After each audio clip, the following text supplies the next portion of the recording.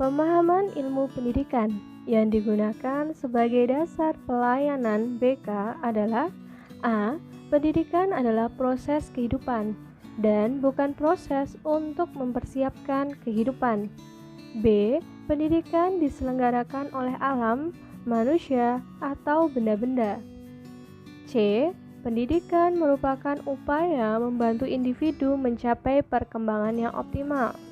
D. Pendidikan merupakan proses pertumbuhan. E. Pendidikan merupakan upaya memanusiakan manusia.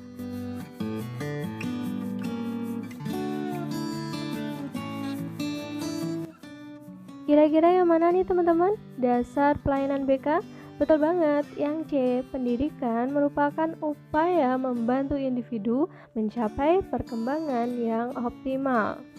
Pembahasannya, dasar pelayanan bimbingan dan konseling atau yang sering disebut sebagai BK adalah pelayanan bantuan untuk peserta didik, baik secara personal maupun kelompok, agar mandiri dan bisa berkembang secara optimal dalam bimbingan pribadi, sosial, belajar, maupun karir melalui berbagai jenis layanan dan kegiatan pendukung berdasarkan norma-norma yang berlaku. Makanya jawaban yang paling tepat adalah yang C. Pendidikan merupakan upaya membantu individu mencapai perkembangan yang optimal. Gitu ya teman-teman, bisa dipahami? Oke, kita lanjut ke soal nomor 2. Landasan filosofis BK berkaitan dengan suatu pandangan. A. Manusia adalah makhluk rasional yang mampu berpikir. B. Perilaku manusia dipengaruhi oleh faktor pembawaan. C. Perilaku manusia dipengaruhi oleh lingkungan sosial dan budaya. Option D. Manusia dapat mengembangkan dirinya melalui belajar. E. Perilaku manusia diarahkan pada suatu tujuan. Kira-kira yang mana teman-teman? Landasan filosofis BK.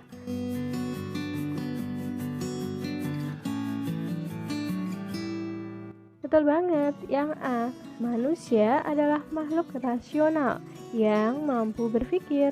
Pembahasannya, landasan filosofis dalam bimbingan dan konseling terutama berkenaan dengan usaha mencari jawaban. Apakah makna hidup itu? Dari mana asal manusia? Dan kemana perginya? Siapa manusia itu? Dan pertanyaan sulit mengenai hakikat manusia.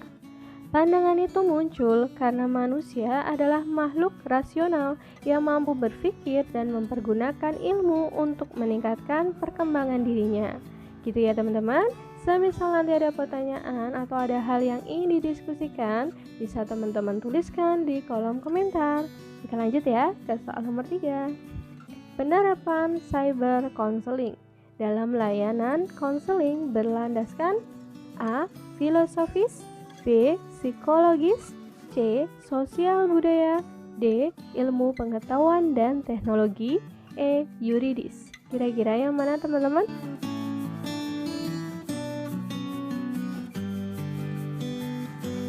Betul banget, yang D. Ilmu pengetahuan dan teknologi. Cyber counseling adalah salah satu strategi bimbingan dan konseling yang bersifat virtual atau konseling yang berlangsung melalui bantuan koneksi internet. Dalam hal ini, proses konseling berlangsung melalui internet dalam bentuk website, email, Facebook, video conference, dan ide inovasi lainnya. Bisa ya teman-teman dipahami? Oke, kita lanjut lagi ke soal nomor 4. Kompetensi kemandirian peserta didik dalam aspek perkembangan landasan hidup religius yang menekankan pada pengenalan, pengembangan, dan melaksanakan ibadah atau ajaran agama dalam kehidupan merupakan implementasi dari prinsip pendidikan. A. Ketuhanan, B. Kemerdekaan, C. Kebangsaan, D. Kemandirian, E. Kemanusiaan.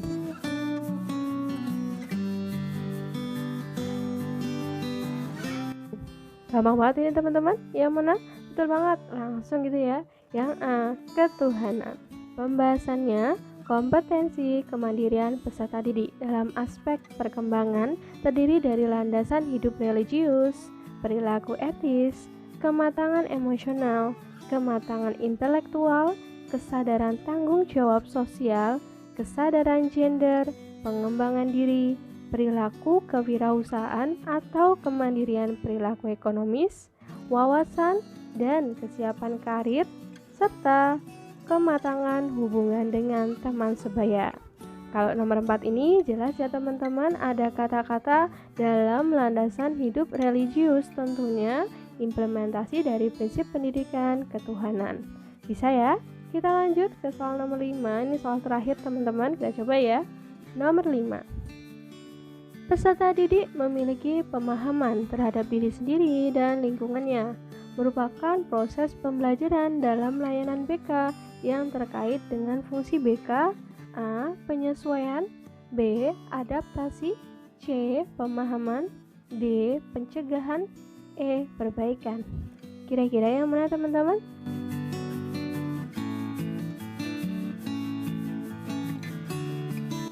Ada kata-kata memiliki pemahaman terhadap diri sendiri dan lingkungannya.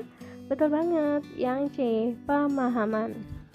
Pembahasannya, fungsi pemahaman adalah individu mampu memahami diri sendiri dan lingkungan sekitarnya.